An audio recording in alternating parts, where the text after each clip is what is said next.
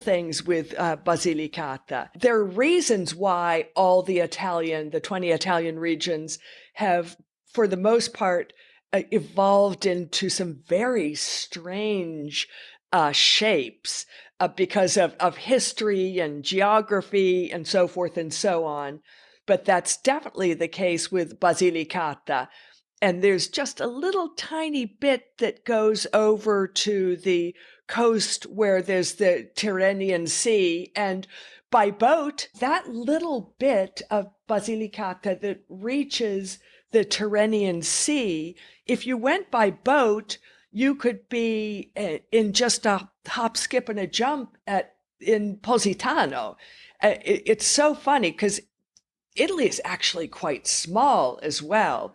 And then Basilicata also extends and reaches up and is kind of enveloped into, as you say, the Puglia region. You had a wonderful quote of two visitors that you ran across, I don't know, in some restaurant, and they were visiting Matera and they thought they were in In Puglia. Puglia, yes, it was in Matera. Yeah, it was at a bed and breakfast, basically. Yeah, they because they arrived at the airport in Bari, and they were bicyclists, and they had gotten on their bicycles and ridden from Bari, and just assumed that they were in Puglia. They had no idea, and they argued for quite a while, Insisting that they were right. insisting. Yeah. Absolutely. Basilicata is kind of a place that, for the most part, you pass through or you pass by when you're going elsewhere. And Yes, although it's not easy always to pass by because there are so many mountains.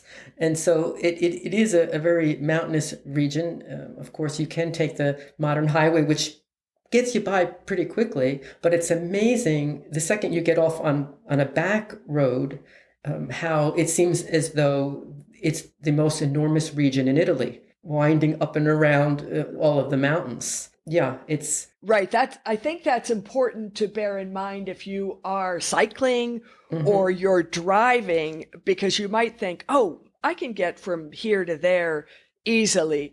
But you have to take a close look at the roads and the mountains and the Yes. infrastructure of transportation and so forth to see actually how easily you can get around. I guess I'm sort of guilty of being one of these people who encounters Basilicata when I'm going somewhere else, driving down to Positano.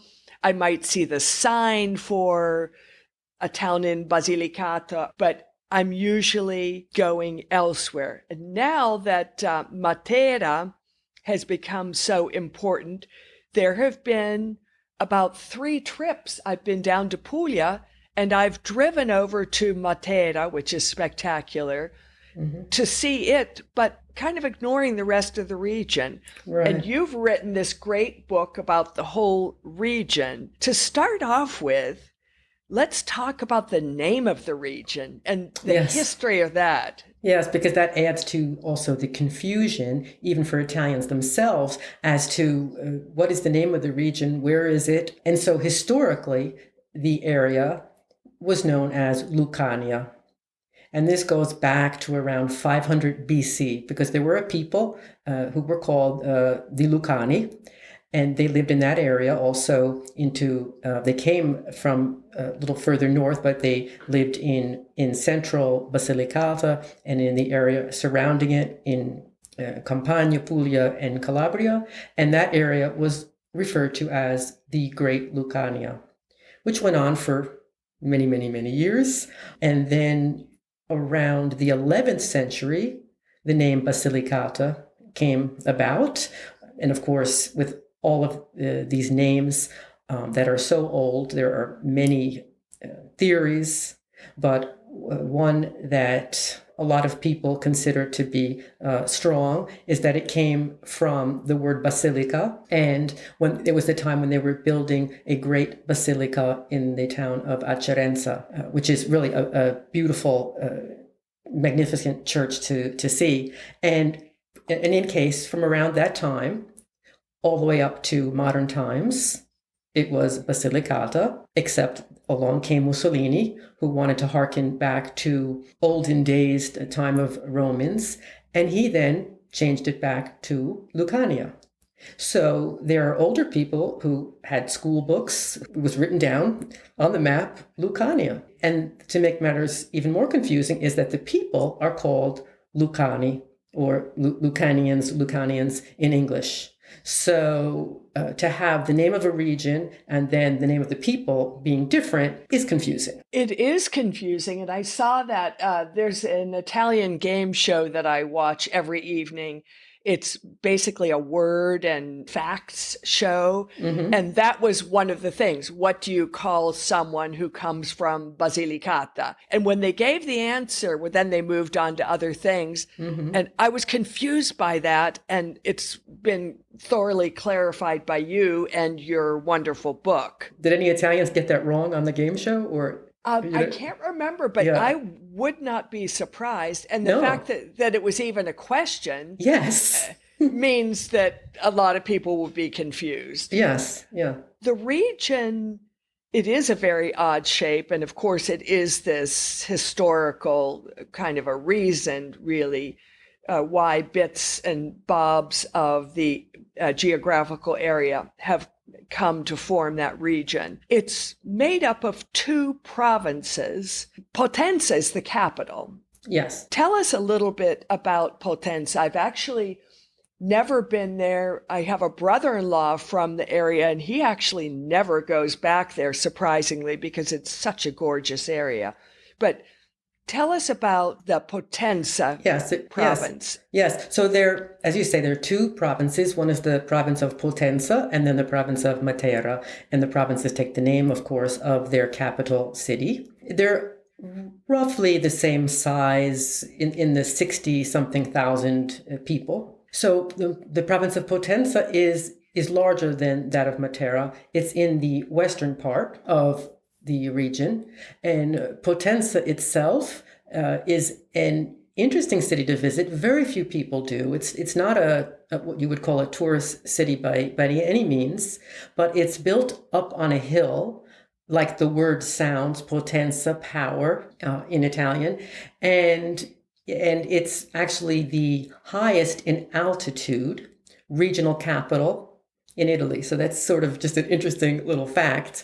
So it can get a little chilly there in the winter, as can the whole region because of all the mountains. And so it's like there's this town that's built on top of the hill, and they like to call themselves the vertical city because there are all of these escalators that go up from various points around this sort of mesa, as well as staircases. And even elevators. And then it's rather small, and it's an old town, and it does, even though there have been, of course, many earthquakes, there are still the old buildings and old churches and a wonderful archaeological museum. And so it's it's a charming town, I would call it, or city, small city, but not touristy. You'll walk down the street, and if you are speaking English, everyone will notice. So it's nothing like Matera has turned into. I believe, speaking of the escalators, you say that there's about 1.3 kilometers of escalators in the city, which that's a mile, more or less. Yes. And you can see, you look down them and they're long. And of course they're, go by stories, and then a platform and another story. And so it's a lot of escalators. I mean, there's no other way, especially since Italians walk so much more than, let's say, your average American would. And so they really need a way of getting from the bottom to the top. Where is the actual, let's say, historic center, Potenza?